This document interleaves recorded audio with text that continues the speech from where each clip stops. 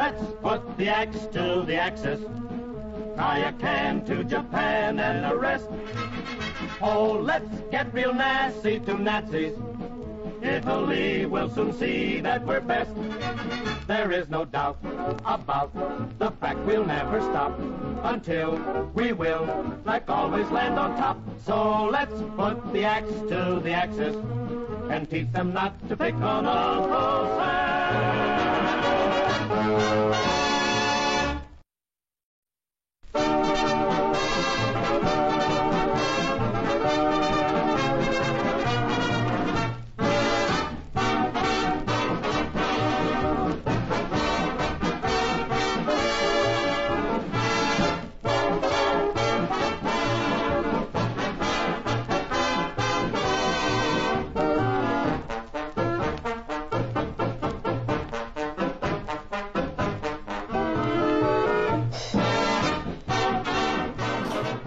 Hello, and welcome to the inaugural meeting of the Chieftains Armored Vehicle Society, aka CAVS.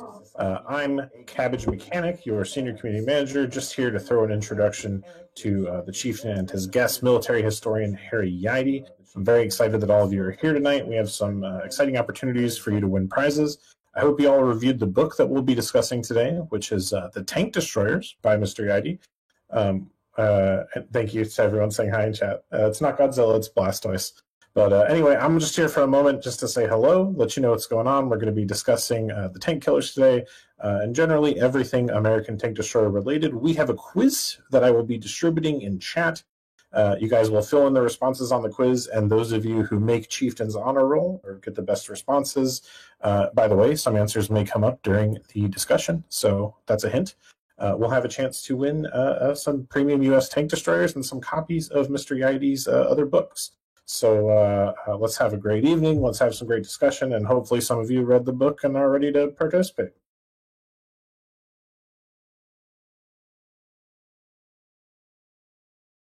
Hello, there I am.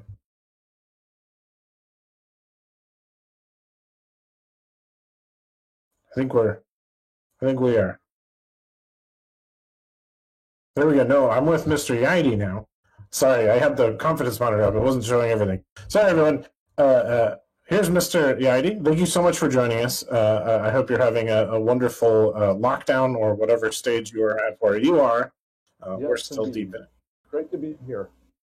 Maybe you'd like to take a moment to introduce yourself to our audience and what you're all about. Sure. Well, my name's Harry Yeide, and I was a government employee for 33 years working in foreign affairs, but I was always a World War II nut, particularly a tank nut, and I started writing books. After I took a walk with a friend, I'd been out to the National Archives and gone through the separate tank battalion records, and I told him, wow, there's such an amazing story to be told there. And he said, write a book. And I thought, well, why not? So that's how I got into it. Sounds good. Having spent some time in archives myself, it's always both fun and scary. Archivists are actually the scariest people I've ever met personally. But it seems like it resulted in some great work. So let's get into it and introduce our the name giver of this society, Nicholas the Chieftain Morin. All right. No, das feindliche Widerstandsnest muss ausgeräuchert werden. Let you get into it. Woohoo! All right, hello everybody. This is something completely new. We haven't done this before, so we are not entirely sure how this is supposed to work. So we're just going to make it up as we go along. I do have chat up, so the idea, as far as I know it, behind a book club. This isn't going to be just a book club. We're going to do movies and guns, whatever else. Oh, Melbourne. Yeah, the Australians are complete lockdown. I was talking to one soldier. He's on border patrol duty. He's in Victoria, I think it is, on the border between Victoria and Western Australia, if they border. And he says there's absolutely nothing there. It's like a dirt road, but he's on border duty, stopping people from moving. Anyway, so the idea that I have in mind for this is that we're going to be starting the discussion, myself and Harry, talking about the book. It's going through the book, starting at the very beginning until we get to the end.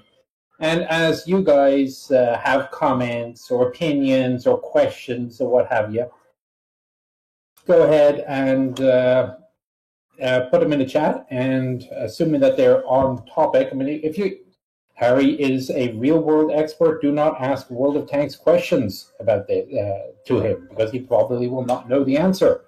Tell me if I'm wrong, Harry. I presume you don't play. No, I will not know the answer. Okay, we can hook you up with a couple of with a special account maybe, and give you a couple of things. So anyway, Harry's probably more famous for the Tank Killers, I think, than for the Infantry's Armor. Not that it is in any way a worse book. So I thought we'd start off with the Tank Killers, because as near as I can tell, with the exception of my book on their development, you, Harry, are the only person who've really done a proper, thorough book on American tank destroyers. Tell me if I'm wrong. To my knowledge, mine is the only book besides yours, other than the original, very thin pamphlet-length book that was done by the Army War College. And nobody else has gone after it since. So what you did Infantry's Armor, then you have a think about it. You say, "Oh, gee, that was tough," and then you decide you're going to do the Tank Killers. How? Why? Okay, so my first book was actually called Steel Victory, which I redid as the Infantry's Armor, because my first book was very much a first book. I learned a lot. It was imperfect, and it did not adequately cover the subject. It was just on separate tank battalions in the European theater. So when I went back later and did the Infantry's Armor, I covered all of the theaters of war, which was the right way to do it, including the amphibian, tank, and tractor battalions, which are part of the armored force. But while I was doing the work on the tank battalions, I kept seeing their interaction with tank destroyers. And even though I had read a lot of military history, I didn't know a whole lot about the tank destroyers. And one day, one of the offices at work was moving, and a buddy of mine found behind a safe a copy of this Army booklet on the tank destroyer force and gave it to me. And I read it, and I thought, well, that's pretty interesting. And my bet is that the records of the tank destroyer units have just as many fantastic, interesting stories as the separate tank battalions. So that's why I went after it. And that turned out to be true. And I have to say that the stories are parallel in a lot of ways, but the huge distinction I would draw between the tank battalions and tank destroyer battalions is that you never see, or hardly ever see, tank crews going out and trying to find enemy tanks. You know, if they showed up, you dealt with it. You see tank destroyer man going out trying to find the enemy and kill him. It's just a different philosophy about the doctrine and the way they were taught to fight the war. So when you decide that you're going to come up, so I had this problem when I started my book. It's kind of like there has to be the first thing you sit down and type, or yeah, okay. So you sit down for a computer. The first words that you type for this new book. Where do you start? Wow, I don't remember exactly what my first words in the book are. Do you have a copy there? Well, the first Cameron is saying that he loves the first sentence of your book. Oh no. Well. So tank destroyer force in World War II must rate as one of the most successful failures in American military history. Oh yeah, okay, that's a good. Yeah, that's really punchy. I like that. That's good, and it's true because you know, the Army went to great lengths to create the tank destroyer force, but then at the end of the war, oh hey, we've got a visitor. Okay, Mama has arrived to remove him. Anyway, continue on. Yeah, by the end of the war, the Army decided that tank destroyers were a thoroughly redundant concept, and by November 1946, there was not a single tank destroyer unit left in the Army. And I have to say, by that time, it made sense. You know, if we want to, can we sort of set the stage by pulling up and rolling what the psychological atmosphere was?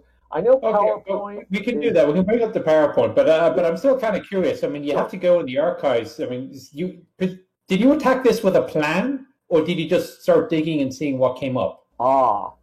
Well, yes. I mean, I had the Army pamphlet, which provided me with a general picture of what I was going to be looking at, but it didn't provide any sense of the tactical level action, exactly how the men experienced the war, the things they learned, the things they didn't learn and died because of it, the mistakes the Army made, all the nitty-gritty detail that is the life's blood of popular military history. None of that was there.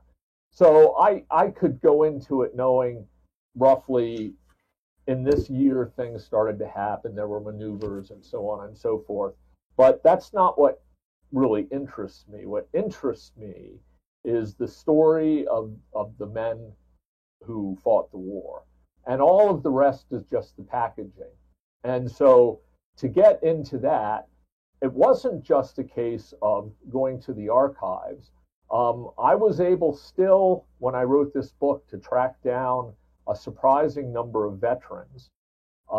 And a surprising number of them still had crisp, clear memories. There was one veteran, for example, from the 701st Tank Destroyer Battalion, who told me details, and I'd go to the unit journal, and I could see exactly what he was talking about happening, and sometimes what he told me about the backstory explained it. I also used combat interviews and so forth. So yeah, it was a pretty broad sweep. And what I do, because you never know what you're going to find in personal accounts like that, is I write as I find stuff. I have a pretty good idea where it's going to fit in, but I don't, like a lot of authors, will take notes and then go back and carefully construct their product. I write as I see things that are interesting. All right. Well, let's bring up that PowerPoint then. Hopefully, I probably need to have a look and see what the output is, and you're on the Twitch or YouTube or wherever it is that this is. But let's go back to, I guess, 1936, give or take, and the anti-tank defense document. I think that's a good start point. Sure. So let's roll to the next slide first, and run the video here, because this is a psychological context for everything I'm going to be talking about. Die Panzer gehen zum Angriff vor. Das feindliche Widerstandsnest muss ausgeräuchert werden. I have no idea if that's rolling or not. So it is rolling. I don't think we have sound, but this is footage from the Blitzkrieg in Poland, and between the wars, the U.S. Army had shrunk to 200,000 men. Most of its tank inventory was from the First World War, and they see newsreel footage like this coming out of Europe, and there's a deep sense of foreboding. They are not prepared to fight a war against an enemy like this. So now we can go to the next slide. This is, sorry. The next one or the previous one? Yeah. No, this is next. The Tank Destroyer story. Yeah, this is a summary, and this is a good place to start. So the most interesting things in the big picture about the tank destroyers was that it was not an attempt to refight the last war. They saw mechanized blitzkrieg. They'd never faced mechanized blitzkrieg before, so it was blue sky time. They had to dream up a doctrine to handle what, by the time they started actually formulating tank destroyer doctrine, they knew was going to have to deal with an army that had crushed Poland and was in the process of crushing France. And the French army was seen as the best army in Europe. It was stunning. And all they knew is that everything the French had done, all of the tanks they had, all of the advanced equipment, it hadn't worked. They were getting crushed. So they did create a creative new doctrine. The doctrine turned out, in retrospect, to kind of suck. It didn't really apply very well to what the real world was going to hand them on the battlefield. But the plus side was that American soldiers are ingenious people. And here they had these useful weapons that were being delivered to them by Uncle Sam. And they figured out ways to use tank destroyers that made them incredibly useful on the battlefield. But then, getting back to that first sentence in the book, by the end of the war, the Army decided you didn't need these things anymore. The concept was flawed, and tanks could do the job. So, next slide. Hold on, Foxfire. When we get there, we're not going to this isn't just going to purely be a PowerPoint thing. But when we do get there, ask your question again, because it is a fair question.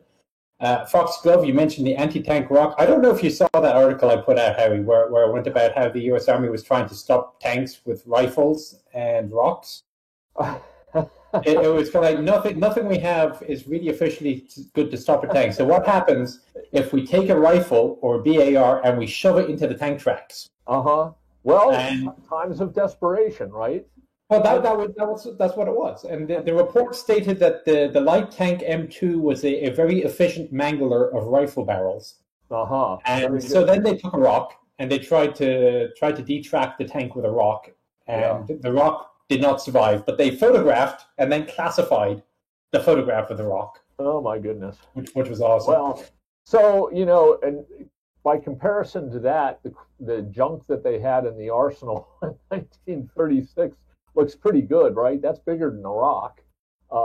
It's a lousy tank with nothing but machine guns on it, and we built 16 of the things in 1936.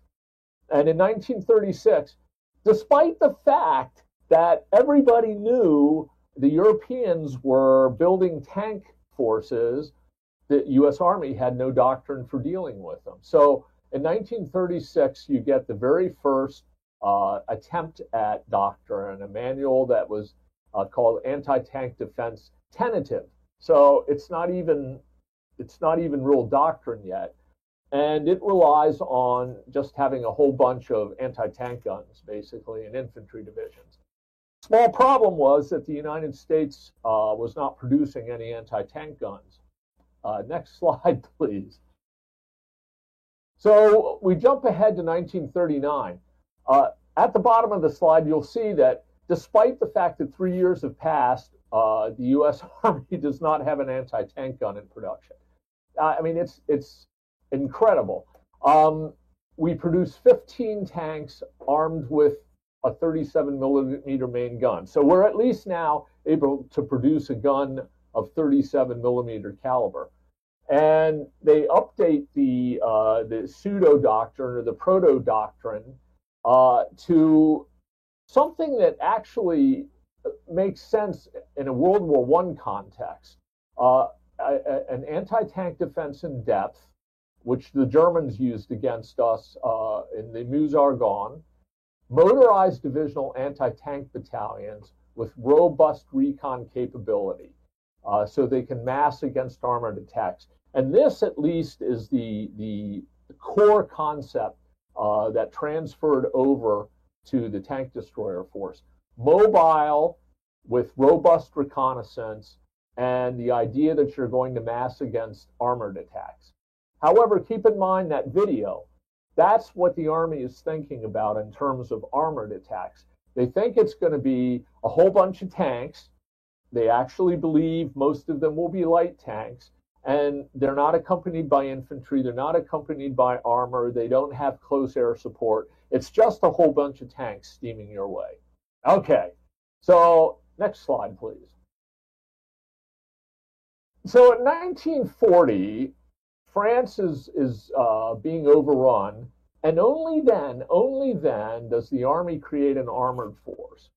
And tank destroyers are not part of the armored force. The armored force is not actually interested in destroyers. It's only interested in tanks. And the infantry and the artillery branches start fighting over who ought to be responsible for anti-tank defense. Our cutting-edge tank is now the M3 light tank with a 37-millimeter gun. On the right, you can see the Germans are already putting 50-millimeter guns on their battle tanks. So we're way behind, and they can take a 75-millimeter gun. So what are you going to do about that? We don't even have a tank that can face these Germans. Next slide, please. So two people had a great deal of influence over the tank destroyer force intellectually, and in terms of shaping how the U.S. Army created and trained the units. One was Leslie McNair, and he was an artillery officer. And McNair believed that it was a waste of good government resources for tanks to fight tanks. Tanks ought to spend their time breaking into the German rear and raising heck, and anti-tank guns ought to deal with those waves of German armor coming at our infantrymen. He thought that highly mobile anti-tank units should be created. So he wasn't thinking just about static anti-tank guns. And that concept would come back in the course of the maneuvers as the Army got itself organized. Next, please. So things started to come together for the tank destroyer force specifically when in May, Marshall established a planning branch for anti-tank warfare under Lieutenant Colonel Andrew Bruce. And Bruce was personally a very forceful guy. I mean, people talk about how whenever he talked about anti-tank warfare, he'd say, we're gonna strike him, we're gonna strike him. And he's always beating his fist into his hand. And he also decided to end the infantry artillery fight over who was going to control anti-tank defense by creating a separate what became Tank Destroyer Command. Next slide, please. So the Army started its first major maneuvers in June in Tennessee. And by then, the 1st and 2nd Armored Divisions had formed. They grew out of the two prototype mechanized brigades that the Army had, one controlled by the infantry and the other controlled by the cavalry branch. And during those maneuvers, Patton basically ran over everybody with the 2nd Armored Division. But the defenders had essentially no anti-tank defenses. So this is, in U.S. maneuver form, sort of the nightmare of going to war against the Germans. But it took Hitler invading the Soviet Union with a vast mechanized force before the Army established anti-tank battalions at all. And the battalions had, they were small. They used the artillery on hand, which was 37 millimeter, 75 millimeter field artillery. And there were all of 8 battalions in the Army. So next slide, please. So getting back to General McNair, he wasn't really very happy about the way the first maneuvers had turned out. So he set up a new set of rules for the next set of maneuvers. And he wrote the rules so that anti-tank guns were extremely powerful, and he created this force of highly mobile anti-tank units to take on the armor. There were 3 regiment-sized units. Next slide, please. Actually, can we go back to the previous slide, because the chieftain and I talked about the references to mounting a 37 millimeter gun in a half track. And this is one from the maneuvers. You know, they had no equipment to implement the doctrine they were formulating. So that's the stage they were at. So next slide. So Marshall thought about these anti-tank groups, and he thought that didn't sound threatening enough. And when he finally activated the units that people were thinking about, he called them Tank Destroyer Battalion.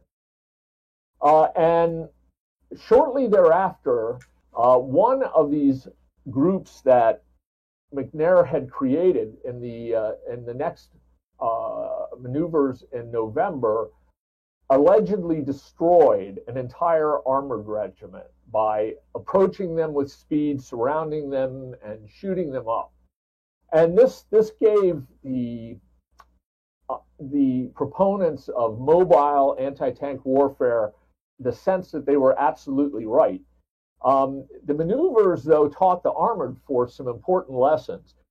They'd been facing McNair's rules that made anti-tank guns extremely lethal against them, which was true. It was going to be true in the real world.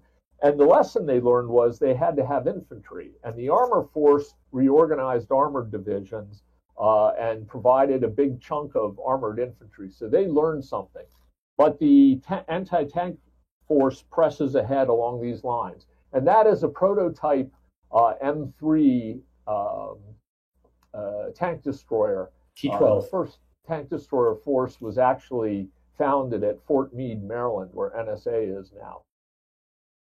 So we have lost our video. Well, to carry on, the tank destroyer command is actually organized in May of 1941, and I was thinking that, in a way, this was kind of a COVID-19 moment for the U.S. Army. It was this awful threat that nobody knew how to fix, and their timeline wasn't all that much different from people desperately trying to create a vaccine. So, they start experimenting. Now that we're back, can we go to the next slide? I'd like to. Okay, let's roll forward. Okay, so their doctrine was summarized as seek, strike, and destroy. Very aggressive, using the approach that the mobile anti-tank unit had used, going out, seeking the enemy, and destroying his tanks. And Bruce's conception is that you'll have fast, lightly armored tank destroyers that will seek out the enemy, ambush them, maneuver constantly, exploit superior observation, and all tank destroyers are going to be built with no top cover. Even the tracked units have open top turrets, strong firepower, and they're to avoid slugging matches. And your M3 tank destroyer at the time kind of answers that strong firepower in the context of what's out there in the world. It's as big a gun as anything on a German tank. It's fast and light. So you can imagine that, given the constraints of American defense industry, having to make do with what they had, it didn't seem madness. We'll see what they picked for the light tank destroyer, which was madness. Anyway, next slide, please. So here's the doctrine in pictures. Do not do what's on the left. Do not get in the way and have a slugging match. Do what's on the right. Flank the enemy and fire on his flanks. And the doctrine imagines you're going to have an entire tank destroyer battalion held in reserve, despite the fact that there's a raging battle going on. And even though there is absolutely nothing in the doctrine that tells you how to interact with the infantry or armor or artillery or close air support, somehow you're going to know exactly when that tank destroyer battalion is supposed to rush in and crush the enemy armor. Next slide, please. I like this slide because it shows the enemy tanks rolling to the top of the screen, and the tank destroyers are deployed on high ground to the right. And this is actually essentially what happens in the Battle of El Guetar. So it is an actual piece of doctrine that wound up being in the real world. So just so we don't dismiss the doctrine entirely, there's a page that made it. Okay, next one, please. So again, this was pretty creative thinking. It was innovative. They were trying to do it different. Tank destroyers would be self-propelled. And Leslie McNair lost that battle. Bruce won that battle. They were going to be self-propelled. They would cost a lot less than a tank. They would be lighter than a tank, so they could go places that tanks couldn't go. And Bruce wanted his tank destroyer men to be an elite force, so he put them all through commando training. And the idea was that when their tank destroyer was knocked out, they were going to dismount, and using improvised explosives, or maybe a bazooka, they were going to go out on foot and hunt down enemy tanks and destroy them. That never happened in battle, as far as I can tell. Some guys took bazookas out and killed tanks, but that's about it. Okay, so next slide, please. So looking back on it, and you have to agree that there were certain problems. Again, it had no concept of combined arms. It was unrealistic in believing that tank destroyers would not be committed to battle when they were around to be committed to battle. And despite the offensive spirit of bang, bang, we're going to attack them, hit them hard, seek, strike, destroy, it assumed that you were going to be on the defensive against that mass of German tanks rolling toward you. And in point of fact, while that happened in several battles, the majority of the war, the Americans were on the offensive. And the doctrine had nothing to say about how you could profitably use tank destroyers when you were attacking the other guys who were in the position of stopping your tanks heading towards them in a horde. Okay, next slide, please. So they knew their equipment wasn't great. The M3, the gun could traverse only 21 degrees. If you fired it at a greater angle, it was likely to tip over. It turned very slowly, and because the gun had a limited traverse, you had to sight primarily by moving the vehicle, but it was pretty fast. And again, it had a big gun for the time. Next slide, please. Bad idea, bad idea. The M6 TD is a Dodge truck with a 37 millimeter gun on top. The only protection is that 1/4 inch steel splash shield. It can't fire forward over the cab because it will shatter the windshield, and the crew is exposed under fire. It's a terrible idea. And by the time the tank destroyers get to North Africa, the British have already learned that the 37 millimeter is not a very good anti-tank gun. It's just not up to the job. The reconnaissance company, again, I said robust reconnaissance made it all the way through. A tank destroyer battalion, in fact, had 3 line companies. Initially, 2 were heavy with the M3 half-track, and 1 was light with the M6. It had a reconnaissance company, and it had an engineer platoon, which was extremely useful because you needed to be able to prepare firing positions for your tank destroyers. The reconnaissance company was initially equipped with what the armored force called peeps. So, they'd be out in front of everybody else with nothing but air between them and the enemy, and a 30 cal mounted in the back. They were some very brave men. Next slide, please. All right, let's roll the video here. This is Army propaganda. We've got the Germans' number.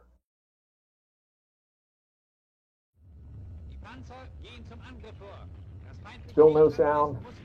Well, okay, so this, huh?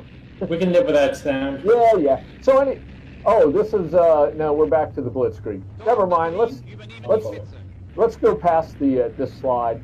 Okay, Harry. Let's take a break here for a second in the progress. Sure. We'll kind of discuss now what we've gone over about the formation of the TD branch and its doctrine. Now, again, I don't know if you read it, but I did an article about the German development of tank destroyer doctrine, and if you read it in 1930s, what the Germans were talking about, you'll see that it's exactly the same as what the Americans were coming up with as well. So it's kind of like these will be light-skinned, open-top vehicles that will have the advantage of vision against their enemies. And the only difference was that where the US talked in battalions with occasionally companies, the Germans were talking about companies with occasionally platoons. But otherwise, it was actually very similar. There was a couple of questions here. First was, how long did it take to develop a new weapon system in the TD branch? So I was doing some quick digging in my own book, and it looks like the TDs were much, much faster. The M3 was only a couple of months. The M10 was only a couple of months. But again, this is based off of stuff that already exists. The M18 took longer. And another question is, do you think that the M3, would it be fair to say that the M3 didn't do as well as expected, but did better than it should? Well, yeah, I think that's fair. It did much better than expected, and it proved lethal. We'll talk about this when we look at operations in North Africa, and it also, because it had a field gun mounted on it, it opened the door to a whole new non-doctrinal role for the tank destroyer force, which was indirect fire as artillery. But there's no question it had thin armor that would stop absolutely nothing but even a machine gun bullet. A soldier was asked whether rounds from German aircraft went all the way through the half track, and the answer was, no, sir, it just punches through one wall and then it rattles around inside. That was in the movies. So, yeah, it was dangerous to fight in, and again, these were very, very brave men who fought in it. The other thing about the M3 is it didn't have a semi-automatic breech block. Is that a lot of people don't realize that? Oh, no. It literally was a Model 1897 gun. Mm-hmm. So it's one of those things people say, oh, the American doctrine said tanks don't fight tanks, tank destroyers fight tanks. Well, the tanks had as good as, if not better, guns than the TDs. Not at this point in the war. Well, it did. But the M3 Grant shows up, and they're fighting next to the M3 gun motor carriage. Both have 75s, except the Grant's one is a semi-auto. Okay. Now, yeah, there's a bit of a delay with the 76 to the 3-inch. But when the tank destroyer is fielded, the M3 Grant isn't deployable yet. Yep. So it's the best they have at the time. The only standardized tank is the M3 light tank at that point. So, do you think, given what was known at the time, do you think they should have come up with a different doctrine? I mean, you went over why they came up with it, and it did make sense. But do you think using the same information, you could have come up with something, or anybody could have come up with something better? No, I never second guess people who are sitting in that situation, trying to do their best against an unknown threat. No. I know that you can find clear examples of military mistakes, but their thought process was logical, and they didn't have that much to work with. They had to work with the equipment that the Army had, and there wasn't even much of that. Yeah. I'm just curious, though, about the German development. Why did they abandon that approach? Because, I mean, essentially what happens in the German Army is that the assault gun, which is part of the field artillery up until halfway through the war, becomes their main mobile anti-tank defense. Well, if you have a look, the doctrine was being developed before they had actually made any tank destroyers at all. The first time that they actually did make tank destroyers, you're talking about the Panzerjäger 1, which is that basically it's a Panzer 1 with an open top and a 47mm gun.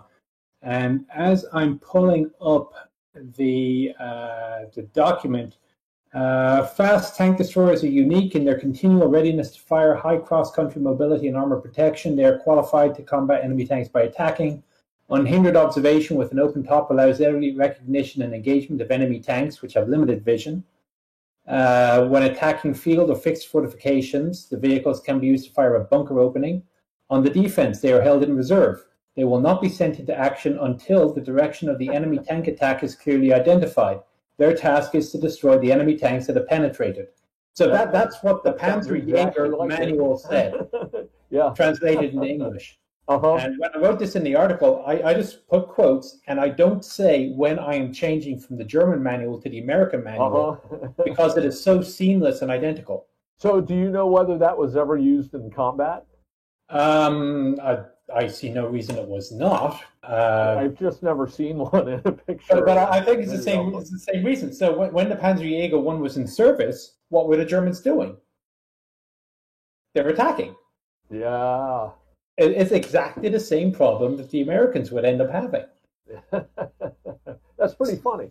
Good insight, Chieftain. Thank you. So I'll send you the link to that article as well after we're done here. Okay. US was in defense in German assault guns became to the yes. It is true that when you get to the Jagdpanzers, the Germans started losing the plot a little bit to have slugging matches. But I suspect that may also have been a factor of the fact that they simply didn't have the resources to have entire battalions of units just sitting around in the rear doing nothing. Right. Okay, so let's go back to your slides. Let's go into North Africa, and we'll cover North Africa. And the main reason for the slides is pictures. So let me summarize the North Africa operation. Operation Torch on the 8th, 8 November 1942. 2 tank destroyer battalions participated in the operation landings at Oran. The 701st was attached to the 1st Armored Division, and the 601st Reconnaissance Company only at this point went in as a 2nd Corps asset. The 1st Armored Division, the Americans landing at Oran, well, actually all the landing sites, they didn't have modern landing craft yet. So the way they had to put armored vehicles ashore was they used what they called Maracaibo vessels, which were converted oil tankers from the Venezuelan oil trade. And to get the vehicles to shore, you had to lay a pontoon bridge and drive them off. So the 1st Armored Division only landed its light tanks in the very first phase of the operation, as plus the tank destroyers.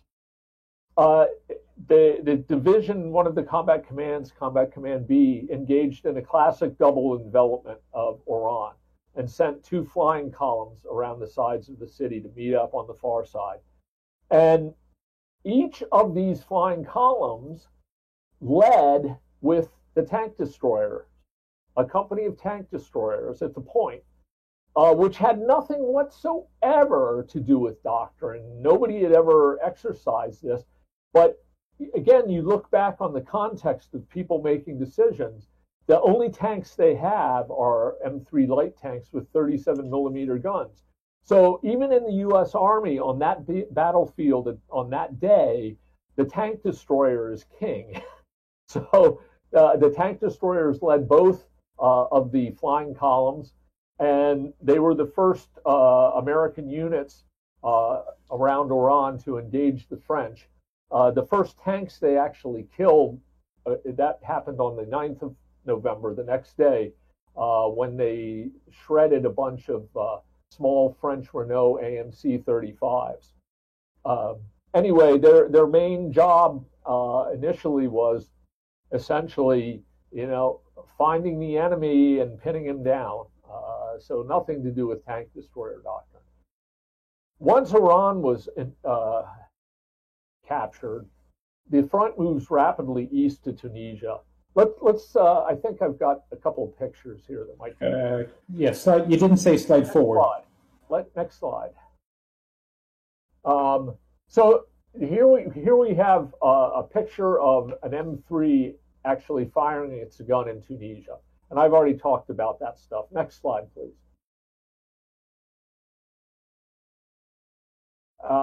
Yeah, that's just detail. That's what happened. Next slide, please. Here are the poor French tanks. And somebody commented that they really felt sorry for the French because the 75 millimeter rounds just blew through them like paper. And it was a very sad thing, firing on people that you viewed as your friends. Next slide, please. So this is a map of Tunisia. And every highlighted spot there is a place where one battalion of tank destroyers were initially distributed. The 601st Tank Destroyer Battalion eventually lands and also comes out. The tank destroyers are the only armored vehicles with a 75 millimeter gun that can drive all the way, and the rickety railroad will not sustain a flow of armored vehicles yet to the front. So the tank destroyers drive 1,000 miles under their own power to deploy at the front. Some of them deploy with the British in the north, and others deploy with a task force in the south, commanded by a Colonel Raff, who had some paratroopers that were dropped in to capture an airfield at Tafaraoui, I think it was called. And the Germans, meanwhile, are landing forces in Tunisia. And their first pushback with armor is in the south. And the only reason that RAF is able to hold off the Axis armor and turn it back is because he's able to run the tank destroyers from town to town down there in the south and engage the enemy armor and drive it off, all with tank destroyers. And if he hadn't had them, his task force would have been simply overrun by enemy armor. Up in the north with the British, it's a similar picture, though they were never at risk of being overrun the way the Southern Task Force was. So next slide, please. Yeah, that's not a very good picture, but that's an M3 rolling through dust in the Tunisian desert. Next slide, please. We've talked about that. Next slide, please. Next slide, please. Oh, that was a crew compartment in an M3. So that's the visual of what it was like to be looking over nothing but a flash screen at an enemy who was actually inside a tank. Okay, so everybody's probably heard of the Battle of Kasserine. This picture is of destroyed tank destroyers in the actual pass at Kasserine. And this should have been the big test of the tank destroyer force, because by now you have 4 tank destroyer battalions out with the Allied armies in Tunisia. And the Germans launch a major armored counterattack against the American front. And it should have been the case that you'd have the tank destroyer battalions rushing to confront the enemy. But they had been parceled out, as I indicated with that earlier map, in company-sized packets all across the front. And as they engaged in their small numbers, they were simply swept aside with everybody else. It was a rout. The 1st Armored Division officially conceded in its records that it had been defeated in detail. So, you know, obviously in the end, the American line stabilized. Everything went back to normal, in part because Rommel had to turn back to deal with Montgomery's army on the east. But this appeared to be a great failure of the tank destroyer concept. Next slide, please. So the test that I referred to on that doctrinal page occurred on the 23rd of March at El Ghoutar. when the 10th Panzer Division attacked the 1st Infantry Division. And it was a learning experience on both sides, really, because the commander of the 10th Panzer Division, I looked into his history when writing Fighting Patton. He'd spent all his time on the Eastern Front up till now. And against the Soviets, attacking uphill generally worked out pretty well with a mixed, a combined arms force.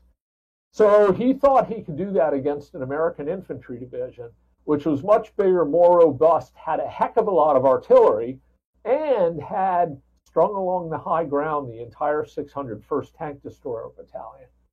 And the tank destroyers did exactly what they'd been trained to do. They would go over the rise, they would fire, they would pull back, they would move to a new firing position and fire again.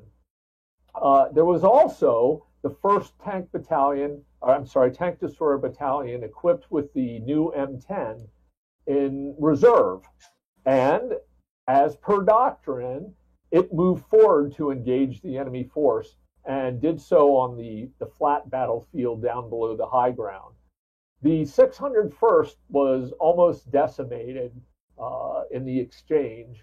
It killed more tanks than it lost tank destroyers, but its vehicle casualty rate was about 80%. The M10s claimed 15 kills for the loss of 5 M10s, and the 10th Panzer Division was beaten off. So here you had the doctrine working out perfectly. I love how that map doesn't say German or enemy; it says Nazi arty and Nazi tanks. Yeah, well, this is actually a period map. Oh yeah. So what can you say? They were Nazis. Okay, so anyway, do you want to take another break? The end of the North Africa campaign rolls around, of course, in March of the next year. Yeah, you got a couple more slides before we take the next break. So okay. Well, let's see. Yeah, keep going. I'll hold you. All right. Next slide, please. Well, here's a photo actually from the American position of the 10th Panzer Division attacking. So that's the visual scene that the tank destroyer crews would have. Next slide, please. And this is going to be the tank destroyers on the high ground.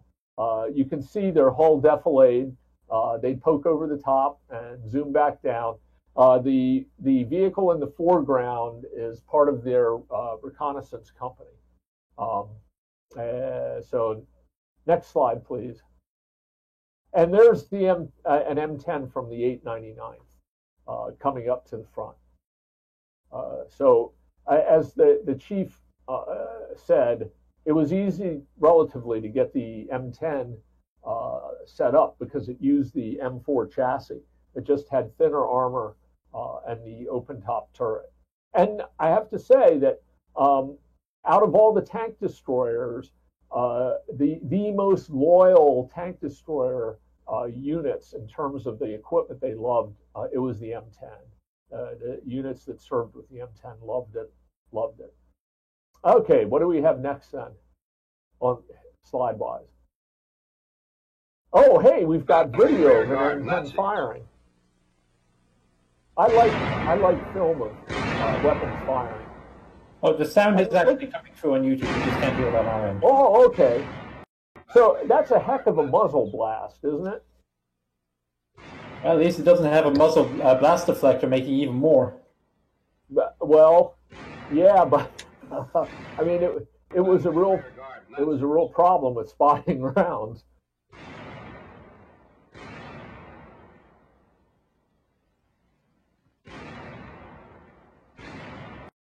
All right, we've probably seen enough M10 footage. It's just the idea. So anyway, as I said, the theory worked for once, but that was the end of the M3, the Purple Heart box, and the Army would go to war in Italy with the M10. Next slide. So here's the most dire thing that came out of North Africa. the Germans had effectively used 88 millimeter anti-tank guns, well, anti-aircraft guns as anti-tank guns. They were extremely lethal. They could be fairly well hidden even in the desert. And the geniuses in the American command thought, they did such a good job in North Africa that we need towed tank destroyer battalion.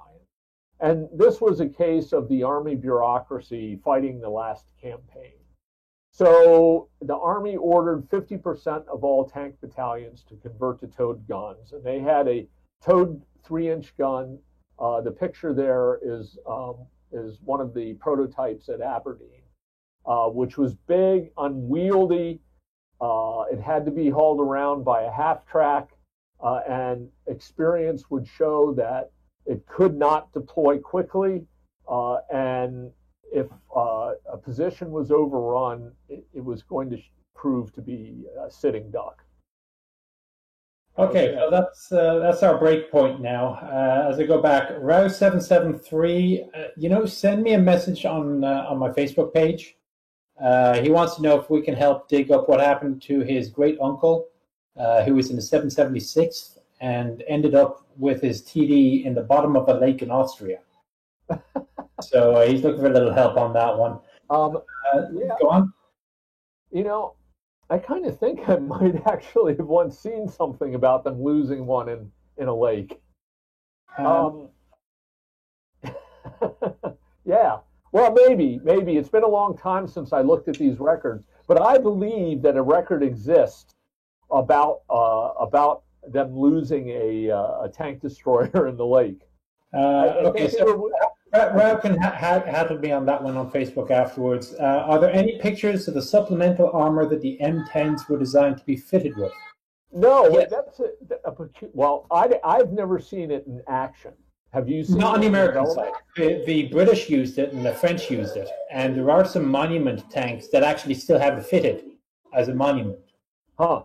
But in the U.S. service, I've only ever seen test reports. I've never seen them fitted to American ones. Yeah, I mean, what American soldiers did was use sandbags because it was easy. I mean, tank battalions would actually cut up like destroyed half tracks or whatever else they could find and mount additional steel when they could do it, but I never saw that on a tank destroyer either. That's actually a fair point. Did the diesel-powered M10 cause any issues in the supply chain with the majority of U.S. force using gasoline at the time? It's true. I did some digging. The only thing I could come up with that was using diesel were some of the tank transporters, the Diamond, was it 980 or something like that? And a couple of the Mack trucks were diesel, but I think the M10 was the only diesel in the U.S. Army. So whenever you were close to the water, you were in good shape because the Navy had diesel. And the one time I saw fuel type make a difference, in at least as reflected in the records, was actually positive. That when Third Army ran out of gas as it entered Alsace-Lorraine, the tank destroyers were still able to get diesel fuel for some reason. Maybe it was captured from the Germans or something. But the tank destroyers had fuel when nobody else did.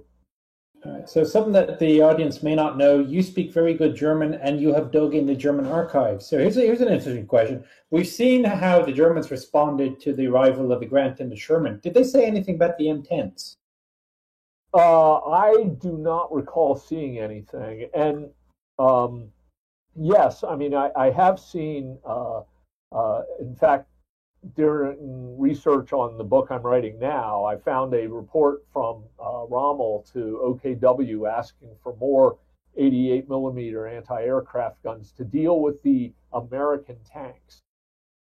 So that they did come as a rude shock to the Germans with the 75 millimeter gun. But no, I've never seen any comment in particular on the M10 showing up. Okay, so a couple of other notes as I was kind of going through the book that I wrote down just for the sake of mentioning. So that was the first time that we see mention of tank destroyer units being attached to British formations. And it seems to have happened quite a lot, that the TDs are being sent to the British. And you don't hear about it so much with tank units or anything else, only the TDs. I would have to say that's correct. At least in North Africa. In Italy, you see the tank destroyers seconded to the British. But often, if something is seconded to, say, the French or the Brazilians, in Italy, it's going to be a tank battalion. And I don't know why that is. Maybe the British had the logistic chain to sustain the diesel engines or something. Yeah, I don't know why that is. First example, you have a bunch of Americans shooting up and completely destroying a TD company, American Air Power. Yes. So starting a good tradition there. Yeah. Well, I looked into air-ground cooperation in North Africa, and it was essentially non-existent. Someday I'd like to write a book on close air support. The rules of engagement, according to a report from an Army observer in North Africa who'd been sent out from the States to interview people about various things, was that the rules of engagement for American pilots was if you cannot positively identify a vehicle formation as American, attack it. And yes, seriously. And yeah, an entire company of tank destroyers was destroyed by American P-38s. And you find that kind of friendly fire incident is very common in North Africa. It's very common in Sicily, too. By the time that the Allies landed in Italy, they were getting a better handle on communications between ground forces and air forces. And as you're doubtless aware, by the time of the landings in France, the integration is so tight that an individual tank commander can call in an airstrike in an armored division. So things got better and better. So as you go on to Sartir, you have an M3 destroyed 4 Panzer IIIs with 4 rounds, which for sort of an ersatz tank destroyer isn't so bad. And he's back again. But I see that a few times. You're in a good mood. I see that a few times listed throughout the book. It's this TD killed 5 Panthers with 6 shots, or this TD killed. It's like 1 round, 1 kill, which is, if you look into the records, even for the Germans, this is actually very, very rare. But it seems to happen enough. I was impressed by the work you did on the Anzio battle. Well, it probably makes a great deal of difference what you're shooting at, right? A Panzer III isn't so tough. A Panther is tough. So, the enemy gets tougher and tougher as the war goes on. Yeah. And in North Africa, a majority of the tanks that they're facing are Panzer IIIs. You have a list. One of the kills is at over 3,000 yards, which isn't bad. So it was at the kill in North Africa? Yes. And he said it was actually measured afterwards. Yes. That was a veteran account, by the way. And the Edson was the sergeant's name, and he got up and straddled the gun and did a dead reckoning shot. And it was an Italian M13. So it was it didn't have much armor. And according to him, the round landed right on the engine compartment. So, weird, luck, odd things happen in war. So you'd mentioned that the TD units were kind of well-rounded because they had the recon unit, they had the engineer platoon. They also had a surprising amount of anti-aircraft capabilities as well. And I think this is the German propaganda shooting itself in the foot. So after the fall of France, you have the video reels coming from Germany. Yeah, we have destroyed the French with our Panzers and our Stukas. Mm-hmm. And the Americans are there going, okay, they're bringing Panzers and Stukas, so we need to bring TDs and anti-aircraft. That's true, and the anti-aircraft gun is a 50 caliber, whereas on a tank it's just a 30 caliber. So it was pretty heavy duty stuff. In the records, you do not see the crews using the anti-aircraft gun against airplanes. I mean, in North Africa, the airplanes were often their own. So you have a couple of references to Spitfires getting shot down. Yeah, you do see occasional references to that happening, Spitfires being shot down. However, what happens in the European theater is because the tank destroyers wind up having to act as essentially assault guns. They have to behave like M4 medium tanks and infantry support. They have no machine guns facing forward, and you see battalions. It starts with a trickle and then becomes generalized, cutting the machine gun mount off the back of the turret and putting it on the front.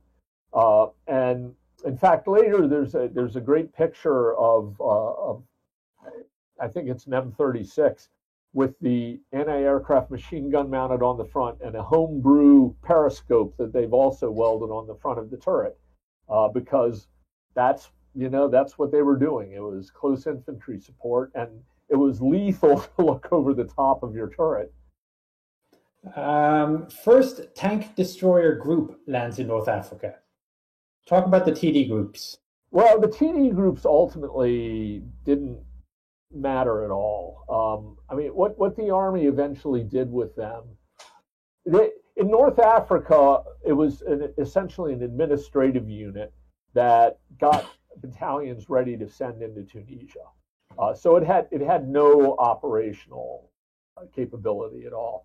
And at least in the European theater, most corps, if there was a TD group, they simply made the TD group the corps anti-tank staff. And the only example of a supra battalion level tank destroyer entity being used in combat was in Brittany, when a tank destroyer brigade ran the northernmost column advancing west across Brittany to Brest. But that was, again, a fluke. Odd things happen in war. You mentioned Friedendall very quickly. Is there a worse reputed officer in U.S. service? Well, let's see. Since Omar Bradley said he was personally lacking in courage, probably not. Well, Benedict Arnold, right? Well, yeah, I guess. Well, at least, the British thought he was competent. Right. Yeah, he had some fans. Yeah. There was something I was reading, not in your book. It was another unit report about the M10s when they first showed up in North Africa. It was an infantry unit under fire, and all of a sudden, big tanks with big guns, start appearing behind them, and they figure, oh crap, we're in trouble now. Mm-hmm. Until they show up, stop next to them, and start shooting at the Germans. So that was the first introduction to the M10. And so the AAR kind of says, in future, when you introduce new tank destroyers, please let us know about it. Yes. Well, that was also a problem for the M18 because it had road wheels that looked kind of like German tank road wheels, and it had a gun with a muzzle brake. So a lot of infantry were inclined to view the M18 as a Panzer. Yeah. And they didn't do a good job of familiarization. Okay, so just a quick, if you're looking in the chat, there's comments about how you can get a couple of copies of the infantry's armor that we're giving away, because that will be the subject of the next discussion next month. Did the Americans ever use an armored track AAA mount besides the M16? Yeah, there was the one with the 37 or the 40 with 250 cals, whatever that one is called, I can't recall. As a Canadian, we have Canadian audience. Okay. According to the Canadians, Benedict Arnold was a patriot. Okay. Do you feel that the idea of come above the best, come back to us on that one a little bit towards the end. Oh, the M15 was a twin mount 50 cal.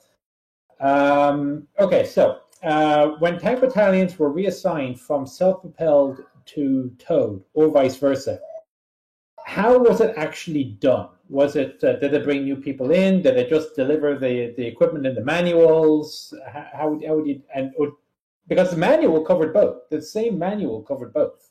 Well, in the case of units in theater, they would just be given new equipment. But I think most of that happened stateside because only a single towed tank battalion was delivered to the Italian theater. So almost all of the towed battalions would have been converted in the States or in the UK. And it would have just been the same personnel retooling to different equipment. Okay, well, let's move on back to the slideshow. Let's move on to Italy. Okay. Next slide, please. Oh, all right. Well, what that slide said was that, So the story of tank destroyers in Italy is that the terrain is awful, with two notable exceptions, where there was a lot of tank destroyer action, and those were the beachheads at Salerno and Anzio. But once off the beaches and into the mountains, the U.S. Army was road-bound in mountains, and the only part of the tank destroyer battalions that were super active were the reconnaissance companies, which were extremely helpful to the infantry. Where tank destroyers were used, I mean, we'll get back to the beachheads, but in general, where tank destroyers were used at the spearhead itself, it would have been a small number firing at bunkers or anti-tank guns or something like that. The Germans, for their part, used tanks in Italy in little packets, 2 or 3, probably no more than a platoon at any given time. So it was again a war that bore no resemblance whatsoever to doctrine. And the other main takeaway from the Italian campaign is that this is where the tank destroyer battalions proved their worth as field artillery. A lot of the tank destroyer units came out of the artillery. The unit designations, by the way, start with a 6 for battalions that came out of infantry divisions. So the 645th, for example, came out of the 45th Infantry Division. The 7 series came out of Armored Division, so the 701st came out of the 1st Armored Division, and the 8 series came out of the Field Artillery. But it turned out that the 3-inch high explosive round had about the same blast radius as a 105 millimeter howitzer shell, but it caused a lot less damage to a road surface. So they learned that if you were going to advance over one of the few roads in Italy, it was best not to shell it to pieces. So the tank destroyers could play a role there. They also, everyone in the tank destroyer battalion essentially was trained to direct artillery fire. So you could have a tank destroyer recon man out on a mountaintop call in his battalion's artillery on a target. So they were very flexible that way. The beachheads. So Salerno was a case where the doctrines sort of worked by accident, I'd say. The Germans struck back at the landings there with with an entirely armored force. They eventually had 6 Panzer and Panzer Grenadier battalions attacking the Allied beachhead. It was an Anglo-American landing, 2 separate sub-beachheads. And the tank destroyers were parceled out in company-sized lots by and large. You didn't have a battalion in reserve that rushed anywhere.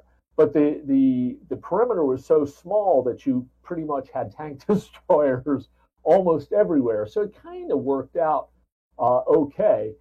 The German attacks almost drove that beachhead off. And the deepest penetration was within a mile of the sand itself, and that was stopped by field artillery firing over open sights. So it was touch and go. The lesson that the Germans took away from that had nothing to do with tank destroyers. What you see them talk about after Salerno is Allied naval gunfire and how destructive it is to armored units. And you shouldn't have armored forces anywhere near a place that the Navy can drop cruiser or battleship fire on you. The Anzio case is more Next interesting. slide. I'm sorry? Next slide. Oh, yeah, okay. So here we have a picture of an M10 with ammo stacked on the back heading forward. I'm not sure that was a really great idea, but I guess you had to get it up there somehow. Anzio, again, the Germans knew that it was highly likely the Allies were going to do an end around of the Gustav line and land somewhere. So when the Allies came ashore at Anzio, they had pre-scripted, very detailed contingency plans of exactly which units were going to move to contain the beachhead. And they were helped because the American commander of 5th Corps, General Lucas, didn't think he had enough force to push off the beachhead into the mountains and cut the main German supply line to the Gustav line. So he just hunkered down and gave them plenty of time to surround his beachhead and come after him. February 44 saw a weeks-long series of heavy German armored attacks on the beachhead, most directed at the Americans. And while again, it was a small space, so you didn't have tank destroyers in reserve, but it was a case where, in the case of the 645th Tank Destroyer Battalion, you had an entire battalion available to deal with the Germans. And they were using their brand new Panthers and Tiger tanks as part of the assault force. So this was, I mean, the Allies had faced a few Tigers in North Africa, but this was the first time they were encountering them in any great numbers. And what's fascinating, given later debate in Europe about the ineffectiveness of the 3-inch gun against heavy German armor, is that the tank destroyers proved very effective. And I commend to you a series of articles that the Chieftain did on the fighting at Anzio, because it shows that the tank destroyer crews did exactly what they'd been taught to do and took on these much more dangerous German armored vehicles as often as they could from the flank. And they were able to kill them with large volumes of ammunition. But nonetheless, despite exaggerated claims of how many Tigers they knocked out and so on, they killed a lot of German tanks.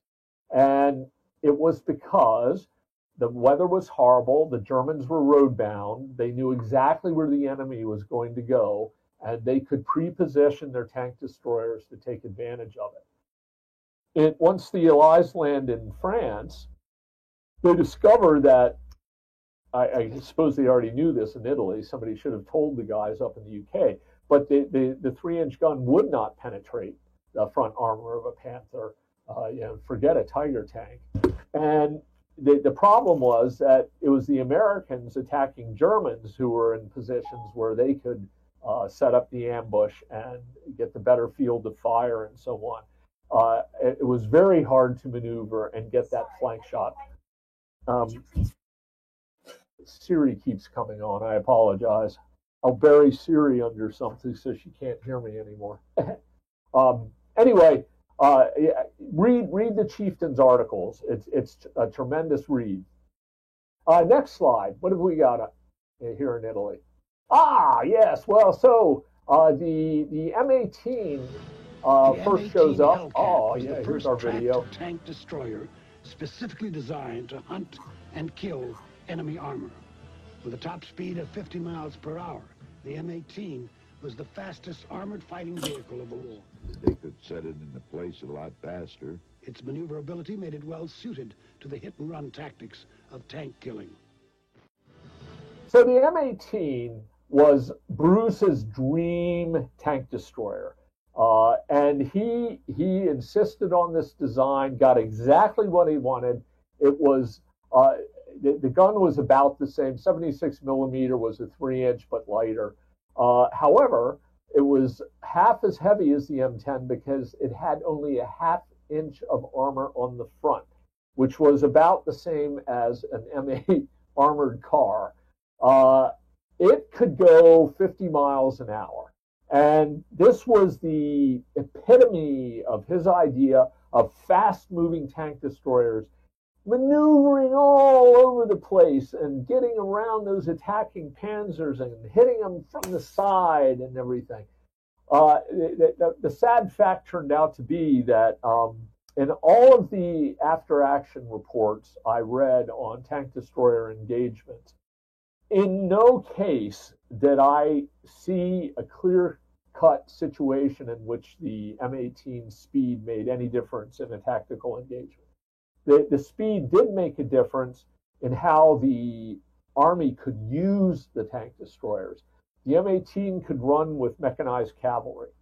And as the breakout from France evolved, and then later the race across Germany, the M18 allowed the Army to have heavy firepower up with the otherwise lightly armed mechanized cavalry at the pointy end of the spear.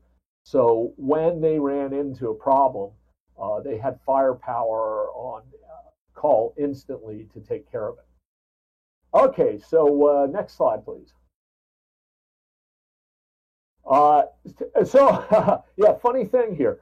During the advance on Rome, you again see in the after-action reports that the tank destroyers are being employed at the pointy end of the a lot of the columns marching on the city. And in this case, it wasn't so much that they were any faster, it's that the separate tank battalions suffered such heavy casualties during the breakout from Anzio that the infantry said, hey, we have no choice. We simply have to use, hey, I see a cat behind me. We simply have to use the tank destroyers as tanks. So they did. It worked out okay. The Germans had left a few heavy armored vehicles in Rome, and there is a vignette in the book, I think, of tank destroyers destroying a Brummbär, one of those huge assault guns with like 150 millimeter mortar on it or something that had taken a shot at them. Okay, next slide, Pete. Well, that's it for Italy. So, quick pause. Questions? Somebody wants to know how many cats you have. This is embarrassing. So, I have engaged in some cat rescue, and we have some failed fosters, as they're called, where you take them in, you're planning to give them up, and then you fall in love with them. So I actually have 6 cats.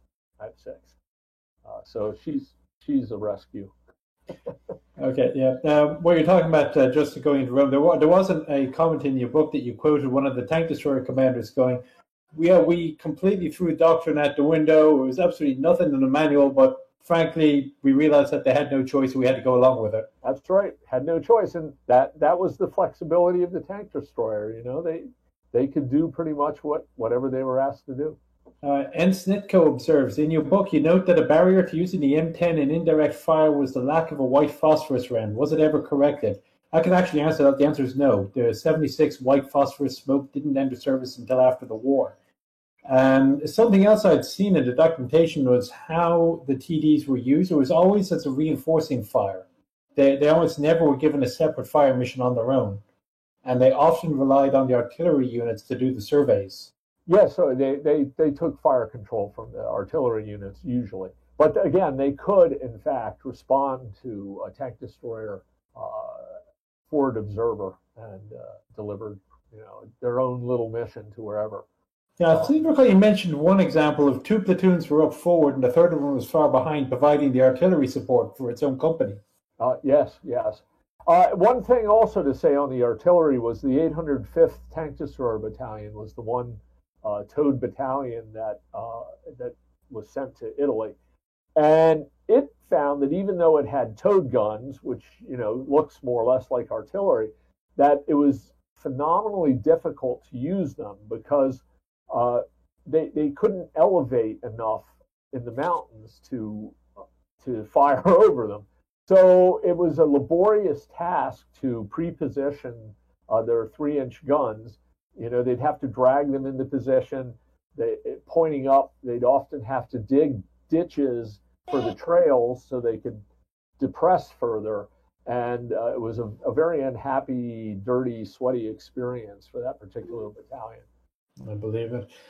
Jacob Clark, didn't the TD branch cook up illumination shells in the field using parts of U.S. Navy star shells during Anzio? You are correct. I thought I'd written that in one of my articles. I may not have, but absolutely, they did take Navy rounds. They realized they were very successful. And then they said something like, give us 10,000 of them. Interesting. I didn't know that. Wasn't this? Okay.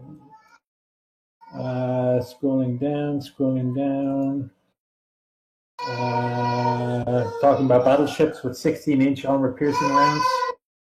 I don't think so.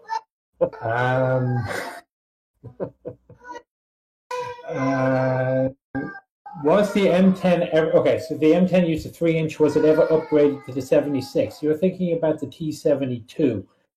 No, it never entered service. They figured if you wanted to put a 76 on it, just put an M18 turret instead. And Harry, I'm sure we'll mention the upgrade that was given to the M10. What do you call it? The M8 howitzer motor carriage at TD?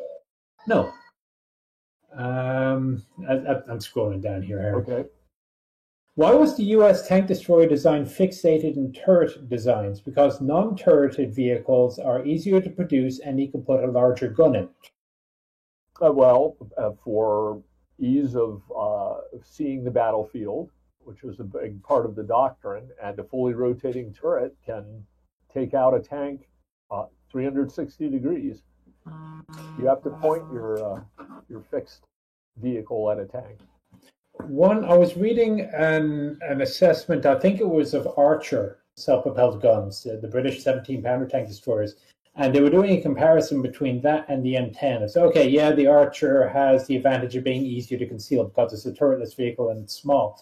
But they said one of the problems is because this is basically an ambush weapon, once you spend all this time and effort digging in your tanks and camouflaging them and getting rid of it, if the enemy came down the path you were hoping that they would come down, you were fine. Yeah. But if they came over from that side, if you have a turret on your TD, you're not hosed. But if you have a turretless TD, you are completely hosed. And I'm sure the towed gun people, the towed TDs, had exactly the same problem.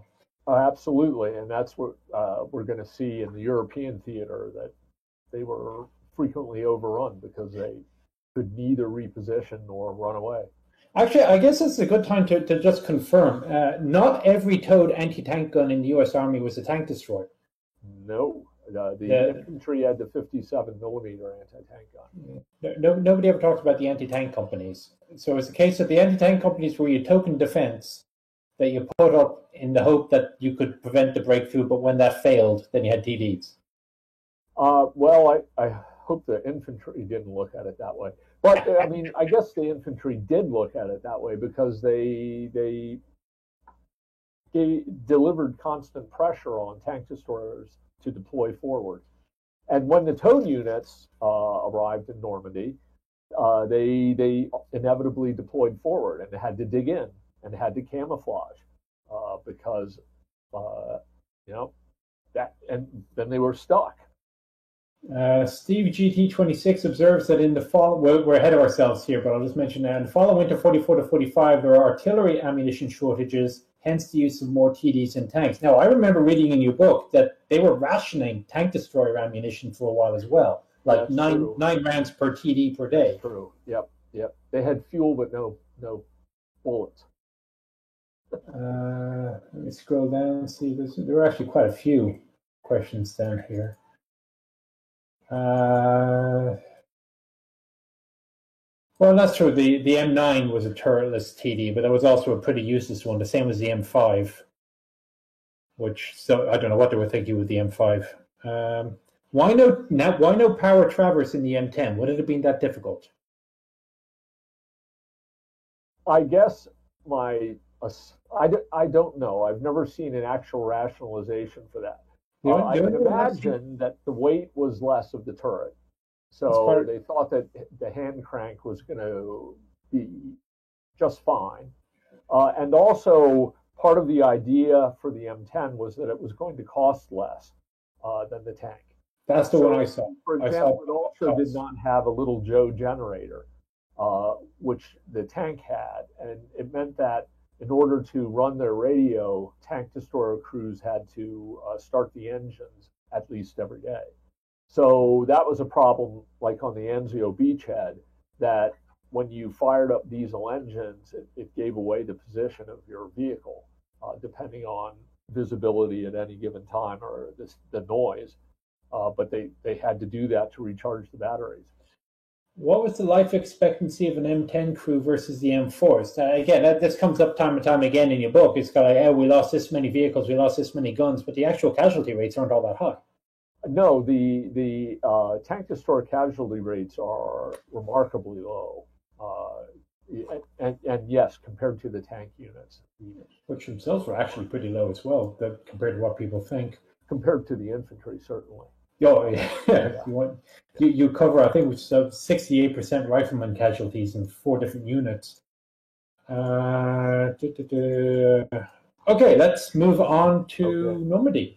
Somebody asking, was the 57 a better weapon than the 3-inch Toad? Different role, I would say. Yeah, and with the 3-inch Toad, at least you could take out the Panzer IV with no problem. And with the 57, I really don't know. Well, it depended on range, in fairness. The TD branch were looking at the 57 for a while. They realized that it had a higher velocity at short range, but they figured that the heavier 75 would keep the energy over a long distance, and they expected to be shooting over 500 yards, which is why they kept the 75 over the 57. Ed, hey, how are you, Ed? Some of the US TDs had their muzzles or parts of the barrel painted red in order to familiarize US soldiers with them and prevent friendly fire. How common was this, and was it only the M18s? Suspect only the M18s. But... Yeah, I'm not aware of that, so that's an interesting little factoid. But the M18 is, yeah, that makes sense because it looked like a German tank. And yet when the Germans decide to paint up their Panthers as American TDs, they decide to make them look like M10s and not M18s. I suspect it's because of the shape of the turret. The M18 is round. I guess. Or who knows? It was an artistic decision. Okay, let's back to the slideshow and let's move into Normandy. So Normandy is a doctrinal disaster across the board for the U.S. Army. They knew full well that they were going into the bocage, but you can sort of understand why. All the training conducted in the UK revolved around getting ashore. And when they ran exercises, at most they'd go into a day, 2 days, maybe 3 days after. They never, ever exercised or put together a plan for how you fight in the Normandy bocage, which is just astounding, considering that the terrain there is like no other place in Europe, I guess. So, you know, the problems the TDs had, everybody had, poor fields of fire. The Germans, like in Italy, generally on the American front, which was in the thick of the bocage, used tanks in very limited numbers, a few at a time. Often it was a self-propelled gun, an assault gun that would be supporting the infantry. The British had a whole different war on their front. They faced most of the German armor. And yet you had these tank destroyers with very useful guns, and the infantry was going to use them. So they took on that role of assault gun, again, doing infantry support. The bocage is interesting to me because it's one of those places where you see the doctrinal difference between the training of the separate tank battalions and the tank destroyer guys. In the bocage, there are many little vignettes you see of individual destroyer commanders or a platoon commander or whatever going out and scouting a route on foot to move his tank destroyer in position to engage an enemy tank. That aggressive spirit comes through at the very tactical level, which is fascinating. And as I mentioned, they realized that the 3-inch or 76-millimeter gun wasn't very useful against a Panther from the front. There was one action in Normandy at Le Désert when the Panzerlehr division staged an attack that just happened to hit the seam between two U.S. infantry regiments and got a ways into the Allied backfield, so to speak. And it was sort of a mini tank destroyer doctrinal display because there were tank destroyers available. They were more or less in reserve, and they maneuvered to engage the Panzerlehr spearhead and took on Panthers from the flank and drove that attack back. So at least, I guess those guys felt that, hey, that stuff we learned back at Camp Hood, we got to use. Next slide, please.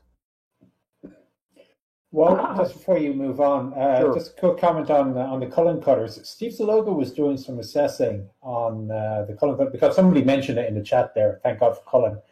And Zaloga's position, as I recall, is that the effect of the Cullen cutter was overstated, and the real winner of the bocage was the dozer blade on the Sherman. Well, Steve is the god of American armor, so I wouldn't ever dispute anything he says. The tank dozer was available immediately, and the tank dozer certainly had a more enduring impact on the war in the bocage because it was used frequently. And the Cullen device was held as a secret until the Operation Cobra, the breakout on the 24th of July. So, its use had a very limited window of time. But I have seen in after-action reports comments that the hedgerow cutters gave tankers the mobility of being in an open field. So, it probably depended a lot on where a particular tank unit was and how useful it was. All right, let's move on then to Cobra. Right. So Cobra, the big breakout that German senior military commanders after the war said was when they knew the war in the West was lost. It takes place in July. It's really First Army that breaks the crust of German resistance, and when Patton takes command of Third Army on August 1st, the front line is already ripped open. But he is a genius at exploiting it. And for the tank destroyers, as I mentioned earlier, this is where the M18 really shines. Because in Brittany, the M18 was able to run with the spearheads. There weren't that many M18 units at this point in the European theater. But as during the race across Germany, there were a lot more, and so you'd see the same thing with M18s accompanying the point. Next slide, please. So, a large German counterattack took place in August at Mortain, and this was their last gasp attempt to close the gap at Avranches that Patton was running his army through. 4 panzer divisions, none of them at full strength, tried to close that hole. And again, they were attacking muscular American infantry divisions. there was only one TD unit involved, the 823rd TD Battalion, which was towed guns, and it was one of those very sad stories that ultimately doomed the towed gun as a concept. Though the Battle of the Bulge was the one that drove the spike into the coffin. But the battalion lost a lot of its guns being overrun because it simply couldn't move or run away. Major tank battles in Alsace-Lorraine was the next big clash with armor. You had enough armor engaged on both sides that for the Americans at least, it was probably the largest tank battle taken collectively in the European theater. The counteroffensive ultimately had, let's see, the 21st Panzer Division, the 11th Panzer Division, and 3 new Panzer brigades that were designed for the Eastern Front, but sent west because of the breakout. And that picture back from the doctrine of guys on the hill and tanks running in front of them and profile, that's exactly what happened to the 113th Panzer Brigade. They wandered in front of the 704th Tank Battalion, arrayed along high ground, and for some reason turned parallel to the high ground, and the tank destroyers pretty much annihilated the Panzer Brigade. I think they were trying to engage the Shermans. Well, they weren't under attack by Shermans, I don't believe, but they were probably looking for the Shermans. One moment while I kiss my son goodnight. Okay. Next slide, please. Say good night, Daddy. Good night, Daddy. So the breakout ends, of course, by late September. For reasons of logistics and German rallying of defense, the logistic chain was simply overstretched. The armies had advanced far, far faster than planners had anticipated. And the Germans had managed to scrape together from fortress battalions and machine gun battalions and just all sorts of odds and ends, enough of a force to man the West Wall, which was in terrible shape, but because they hadn't done anything to it since the late 1930s. But they set to work making it a lethal barrier again, and were very good at that. So the army went from running to trying to break through fortified lines most places. Down in Alsace, they were not up against the Siegfried line yet, but the German defenses were in the Vosges Mountains, which was just about as good. And so the TD went back to its role as an assault gun. And for the first time, that picture on the upper right is a tank destroyer in Aachen.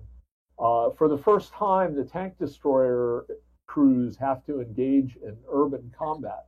And there are two interesting little things about this. One is they had open top turrets, so it was much more dangerous for them than a tank crew because a German sniper could sit up on an upper floor and ping the guys in the turret. But the other thing was that tank destroyer crews actually received urban warfare training in addition to the commando training they got. So for them, it wasn't quite the alien environment it was for everybody they were fighting with. The M36 started arriving. Now, the M36 had a new turret on an M10 chassis, and it had a 90 millimeter gun. And the Army had asked the European theater, "Hey, we've got these better tank destroyers. Do you want them?" This was early during the campaign in France, and the ETO said, "Nah, we don't need those things." But once the Panther crisis reared its ugly head, all of a sudden the field force wanted that 90 millimeter gun. The 90 millimeter was not the be-all, end-all solution. It still couldn't kill like the King Tiger from the front. And even with the Panther, field tests showed that you had to get within about 500 yards of the Panther to penetrate the front armor. And 500 yards is pretty close. Next slide, please. I like this. This shows the 90 millimeter sort of in action. There's a live Jagdtiger, so to speak, in the upper picture, and there's one that was hit by a 90 millimeter round fired by the 776th Tank Destroyer Battalion. Next slide, please. So, Battle of the Bulge, the last big armor fight that the U.S. Army had.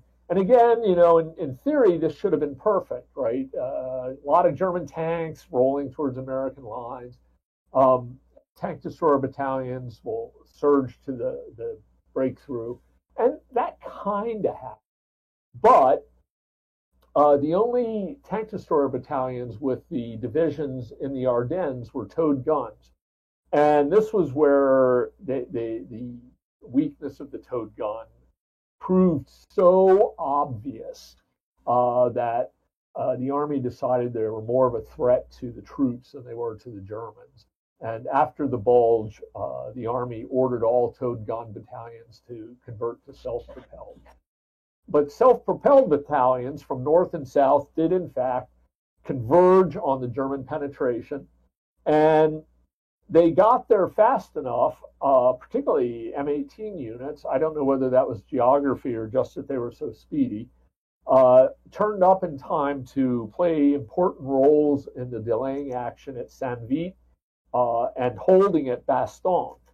Two of the actions that just threw the German timetable completely out of sync, and also at the twin villages of Krinkelt and Rocherat, which was the supposed to be the main thrust by 6th SS Panzer Army, where the tank destroyers and the tank battalion formed the core of the defense in one of the two villages. And I guess it was Sepp Dietrich who, after the battle, was asked why 6th Panzer Army was stopped there. And he said, tank destroyers.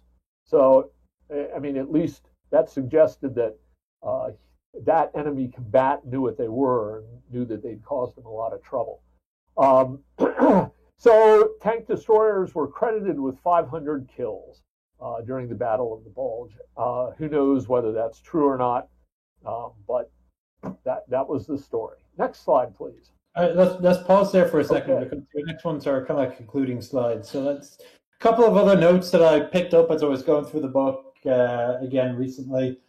And this is a little off topic, but you do mention in the Europe chapters, you mentioned that there were 6 TD battalions that ended up in the Pacific. But you don't cover them in the book. What do they do? Not. My reasoning was that, I mean, I took a look at them, but they didn't ever fight tanks, for starters.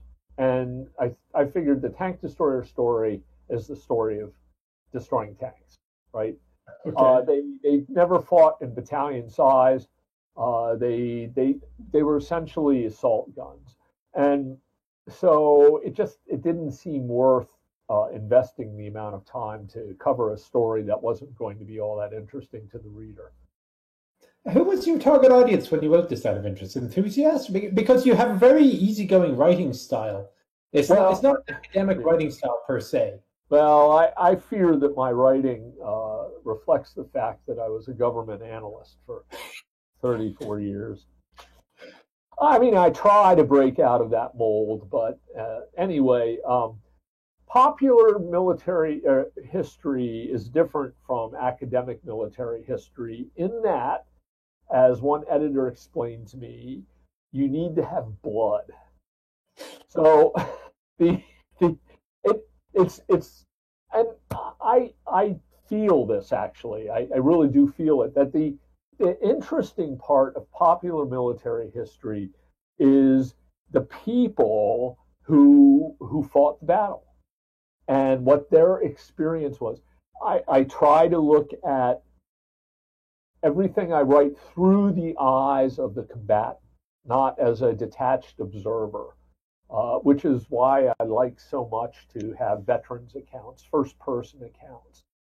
Tell the story for me. I just, like you did with the manual, you just copy it down and let them tell the story.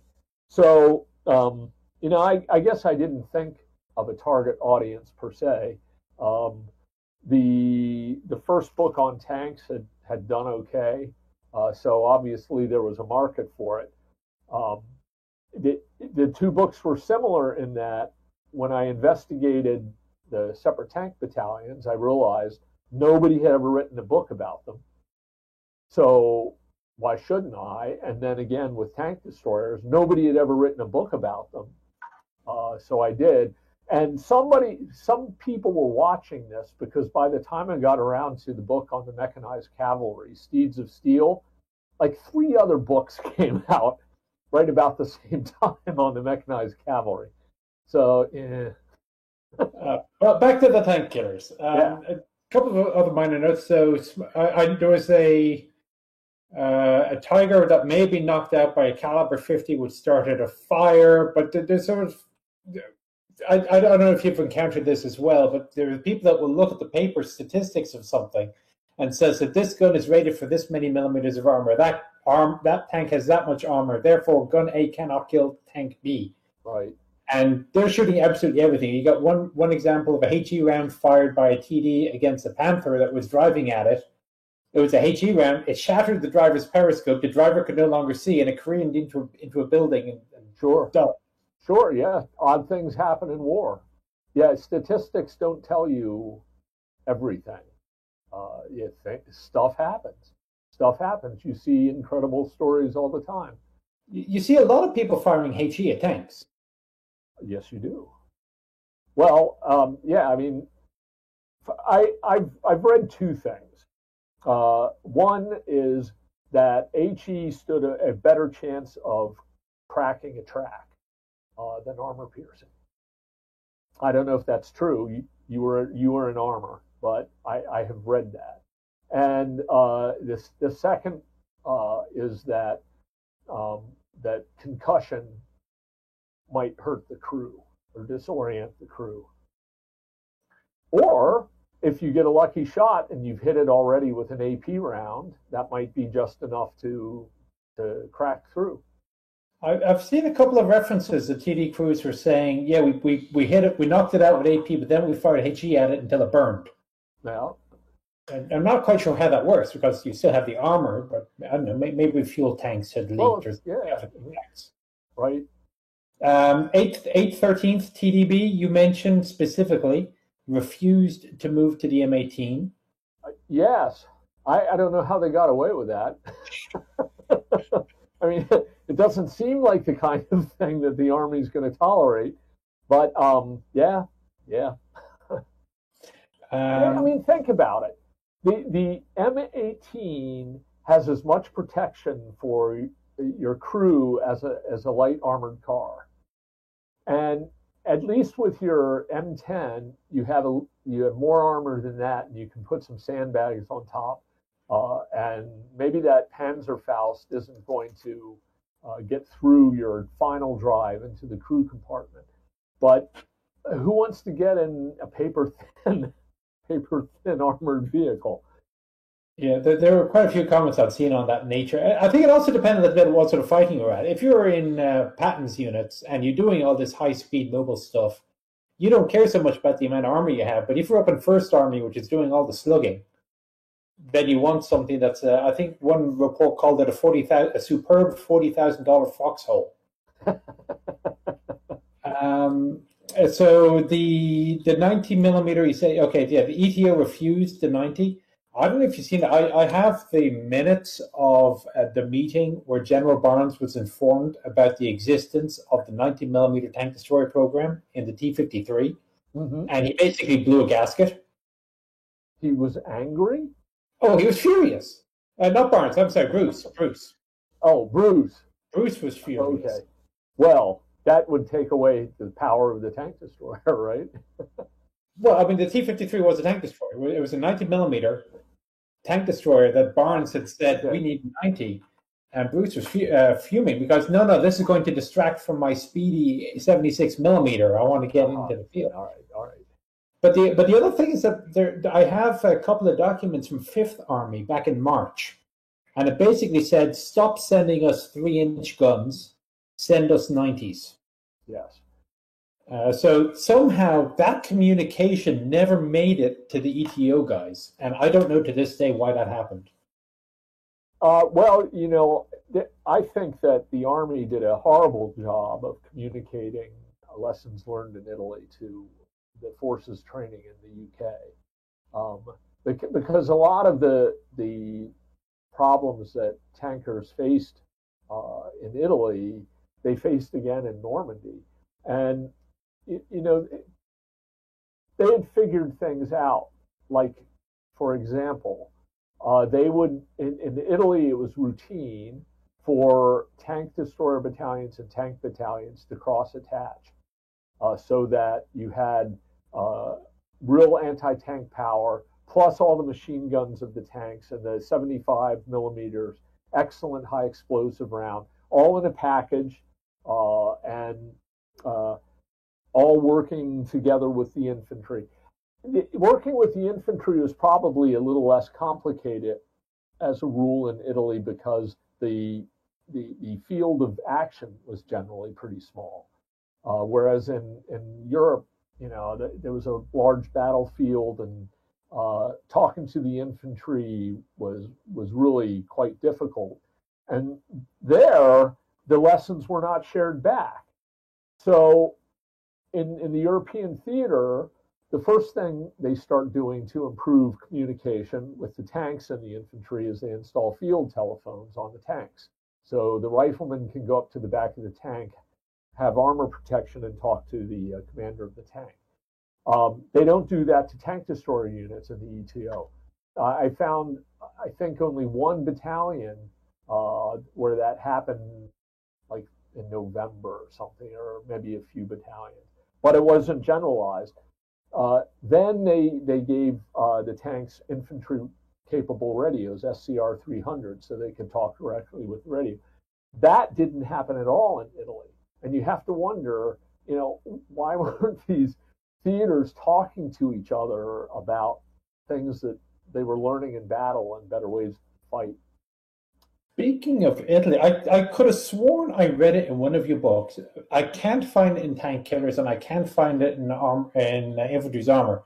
But there was an example you gave, I think, of a tank destroyer unit teaching a tank unit how to fight tanks, and then the tank unit saying, we got much better. Oh, well, that is actually in the Tank Killers. That anecdote comes from the action at Bastogne. The 10th Armored Division was had tanks there, and the comment from the I can't remember whether it was a battalion commander or combat command or something, was that that the tank destroyer men gave his tankers a real lesson in gunnery, that they were much better at hitting targets at long range than his tankers were, and that he had the tank destroyer gunners train his gunners up to be better at what they were doing. So a couple of other points in the book for the audience. If you haven't gotten there yet, watch out for the Falaise Gap, 776 and 607, picking off large numbers of vehicles with only one or two guns.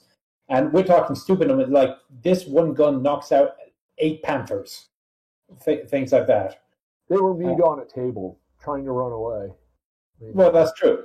But hey, you still get them. And there was another one I noticed was after Arracore, air power being used to flush out targets. So they'd set up where somebody was, they thought some of the enemy were, the airplanes would come down, the Germans would move, and then the TDs would kill them. Pretty smart, right? And tank battalions started using artillery spotter planes to help with the advance. And you see occasionally tank destroyer battalions doing the same thing. You can put a spotter up and call in artillery support on even a single vehicle. And once you're so dominant on the battlefield, that you can pull stunts like that. Coming back to the chat, James Cameron, some TDs appear in photos with overhead covers on the turrets, but most don't seem to have it. Was it typically an Army level modification as far as approval? Now, battalion level. That was always a field fix by the battalion in the field, and I would say that I found records of only maybe 3 or 4 battalions that did that. Maybe it was more generalized. You don't see it in pictures. And the battalions, I think they were all in Italy at say the Anzio beachhead, where you're under siege and under artillery fire all the time. So you're not going anywhere. You have the luxury of handcrafting steel roof for your turret. You said you had one unit created them, but they were discardable. So once you moved, you jettisoned the things. Yep. In my book, I do have Ordnance Branch photos of they had roofs developed for the M18, the M10, and the M36. But I think as far as ordnance went, only the M36B2 was an official ordnance approved roof that was in service. Oh.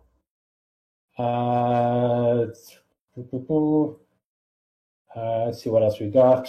Was the US 3-inch originally AA gun? Yes, I believe it was. Was it a Navy gun? Navy. Yeah. How many M36B1s were used? 176 or something? Those are the ones with the Sherman hull. Yeah, I have no idea. I don't remember. Were the assault tank projects regarding the Siegfried line one-off designs or associated with TDs in any way? The Jumbo or I guess eventually T-28 was developed for the Siegfried line. They weren't TD related. Not to my knowledge. Bruce would have hated those even more. I once asked my uncle, who had been a gunner in an M10, if it was hard to deal with snipers. His answer, nah, we just put a couple of shells into the building and that would be that. Yeah. Well, in fact, you do see often the TDs being used as sniper weapons to take out artillery observation posts and church towers. That kind and 155 millimeter self-propelled artillery pieces being used as sniper rifles. In Aachen, right. Ryan Herman, how much did the operations research analysts, or the American equivalents, I guess, and their reports have on the evolution of TDs technologically in doctrine? Because you had mentioned in the book, that, and I think I have it on one of my articles as well, in North Africa, Devers went over and a few other folks went over, and they came back and they said TDs are not a good idea. Yet we continue to use them for the next 4 years. Yes. And Patton said after North Africa as well that TDs weren't a good idea. He refused to have any TD units involved in the invasion of Sicily. But then, during the Battle of the Bulge, he wanted as many TD units as he could get his hands on. So, different circumstances. But he was pretty consistent after the Bulge in arguing that they were a bad idea. And so doctrinal evolution. So the tank armored force only ever had that one manual put out in 1942. TD branch reissued FM 18-5 twice, or reissued it once. It had the original issue, and then in 1944 it had a reissue with a few changes. One was so aggressive, and the other was that you can use this to shoot at bunkers, I think. Okay. Well, also doctrine more or less officially approved the role of artillery. So TD battalions in the UK received the equipment they needed, sighting circles and whatever else is involved. And in their spare time, they practice doing indirect fire. Hang on a second and see what else we've got. So was the 90mm better than the 3-inch? Yes. If you're shooting at something that needs something bigger than a 3-inch, yes. Yes. So the Army's position was if you can get something by higher velocity instead of a bigger round, they would do that, because if you have bigger rounds, that means you carry much less ammunition. Well, also, you had the same thing with the M4 series. They didn't want the 76mm model, and a lot of it was complex logistics consideration. That you were adding a whole nother thing that you had to ship from America, ship to the continent, and send out to units. And, tank units often wound up with a mix of 76 and 75mm guns. So that has to have complicated their logistic and maintenance issues too. Yeah. So it wasn't wholly irrational. Yeah, it must have. Yeah, it must have been.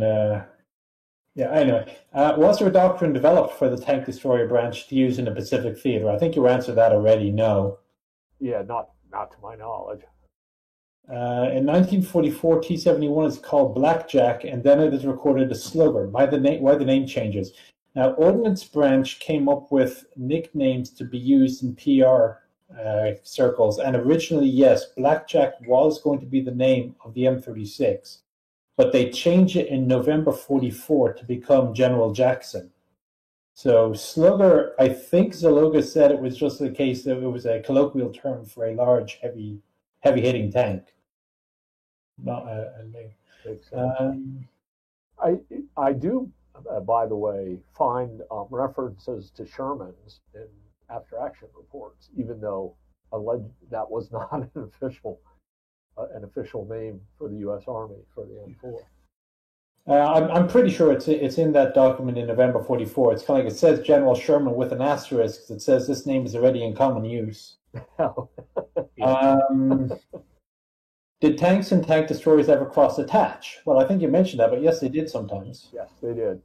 And it was much rarer in the European theater. There were, you find, especially in the Siegfried Line fighting, cases where there were, for just a day or something, you'd get cross attachments. In Italy, the cross attachments were enduring. So I've made this argument in the past as well. Did the TD doctrine ever really go away? So if you look at a modern attack helicopter battalion, it's very rapid, goes around from A to B. It's not got much resiliency, and it's really hard hitting against tanks. It's true, but other things have changed on the battlefield. So your rifleman can fire a tow missile or whatever at a tank. So you have tank destroyers in the hands of the infantry, and it's much more than a bazooka. I mean, it really works. Hey, B-Ted, how are you? It's good to see you on here. Oh, by the way, I should mention that the Ed that showed up earlier, he's in the UK right now. He's the guy who runs the Armored Archives YouTube channel. Yes, Jacob, I agree with you. The MGS is not a TD. Okay, so I think that quite at the end of the book, it says that TDs had about 6% monthly losses. What caused this low casualty rate compared to the tank battalions? Well, tank battalions were always infantry support, and tank destroyer battalions played that dangerous role when necessary. So, as a percentage of time, probably your tank battalion was in very close proximity to the enemy more often than the tank destroyers were. I think that's fair. On the open TD roof, was there a tarp? Yes, there was. There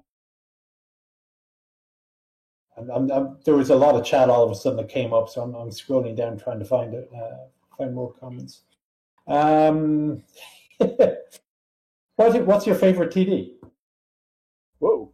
Well, I like the M10 because it was not glamorous. It didn't have the big gun. It wasn't fast, but it did the job. It's the moral equivalent of the M4 Sherman. It wasn't a great tank, but it did the job. Yeah. And that's why, I really love the separate tank battalions. To me, they're the blue collar of the armor world in World War II. They got their hands dirty on the shop floor.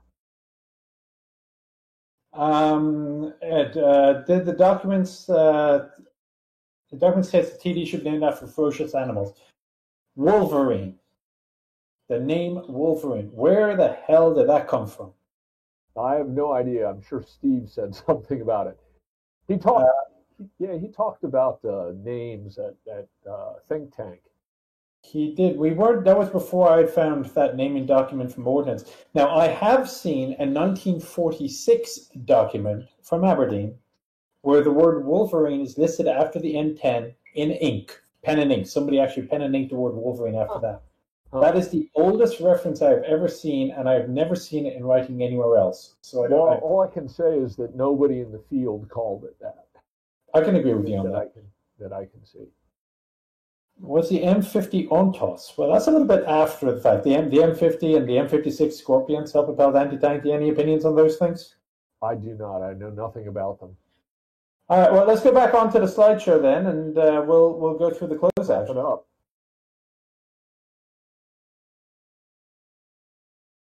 So, the reckoning. Yeah. Well, you already know the end of the story. That tank destroyer battalions were deorganized, but we can at least look at their claims. The most productive battalions, which were invariably in the European theater where they actually had tanks to kill, or a lot of them, claimed more than 100 Panzer kills. An Army study of 39 battalions indicated an average of 34 Panzers. And the kill-loss ratio typically was better than 2 to 1. So, even if you say 50% of claims were not accurate, you still have a ratio of 1 to 1 for more lightly armored vehicles fighting in the attacking role in most cases against very fine German armored equipment. So that is a testament to the skill of the tank destroyer man, and the way they learn to fight, the way they learn to go for the flank, the way they learn to use 2 or 3 tank destroyers to take out a single Panther if that's what it took, so that you could get kill shots from different angles. I think we might have one more slide. I'm not sure. There is. Next slide, please.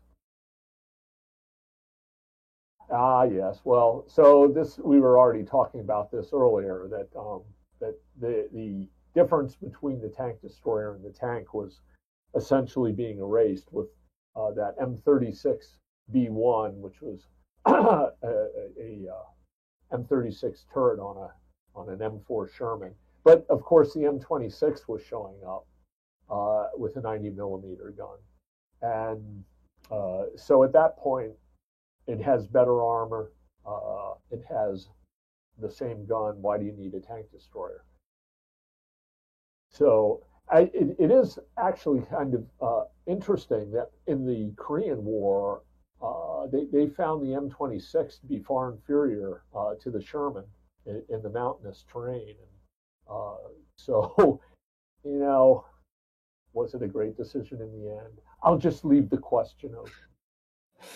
Well, I mean, even the Sherman 76 started to do it as well. So, I mean, the premier TD was the M18 with a 76, and you put exactly the same gun on the M4. Yeah. So it kind of goes back. And then the next slide, it just says the end. But Jacob it's got a tank destroyer photo on it, and that's a cool photo. It is. So did the crews just call their vehicles by their official designations, such as M4, M10? Well, what you find, it's they often called them their tank, even though they weren't tanks. I mean, it's got tracks, it's got armor, it's my tank. So that's what they called it. They didn't say my M10. Yeah, so my M1 was an M1. I never called it an Abrams. But my Bradley is always the Bradley. It's never an M3. And that's interesting. And I had been wondering for the life of me. So again, in addition to plugging your book, I'm also going to plug our World of Tanks can openers. And I was wondering where the hell I got the name can openers from, because I knew somewhere I had read exactly that was it. I knew somewhere I had read that TDs were referred to as can openers. It was actually in the tank book, I think. Maybe it was in the Tank Killers. It's in the Tank Killers? Okay. Yeah, it's a quote from Radio Traffic from the 743rd Tank Battalion. What happened to all the M18s and M36s after the war? I have no earthly idea. Probably a lot of them got sent off to Latin American armies and Yugoslavia. Places like that, Yugoslavia. Yeah, in fact, some of the armor collections have been picking up vehicles like that from former Yugoslav armed forces via the civil wars. Yeah, the M36s in Korea, I'm pretty sure they were actually Korean Army. I don't think the Americans brought them along. I do not know. I looked at the tank battalions in Korea. I wanted to write a book about it, and my publisher said nobody will buy a book about tanks in Korea. Get a new publisher. I know somebody that will try. So a couple of guys saying yes, great conversation. This is going to stay up for a while after we're done on YouTube. In fact, as far as I know, it'll stay up forever on YouTube after we're done. So feel free to link this conversation to anybody else you think may be interested. We'll have a look at the statistics and see if the Cavs Society will do a repeat. I suspect we are, because as I say, we're giving away copies of the Infantry's Armor, which, surprise, I also have on my shelf. And Harry, will you come back for that? You bet. All right, so we'll come back for that. And I think we are about done here. We went a little bit long. Sorry about that, but I think it was worth it. Cabbage, back to you, or Cabmec. I'm sorry, you changed your name.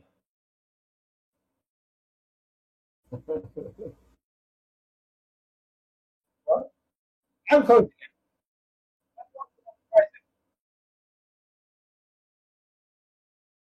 Winners for the stuff. Okay, so how are they actually going to obtain their pricing?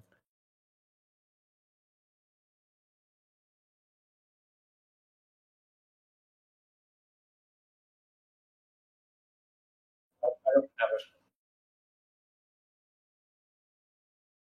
Oh, hang on. I hear you. Oh, here we are. I just. Okay, so we have 4 perfect scores. All. So is this for the book or is this? Oh.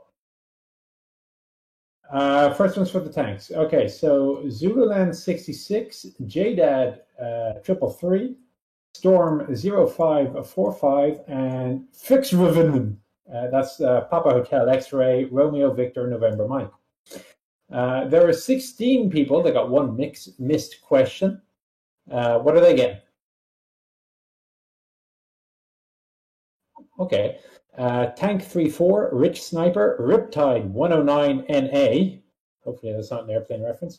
Vidar 1975, Zepaladin, Aurora Lance, K-Mile 79, ZZ Info, Jeremy Fogelsong, CDLS TL820, Murdoch. Ricky Palacios, good to see you. You got one. That's R. Palacios, 2003. Lloyd F. Smith, Kilfee, Foxglove, and Stephen BMX.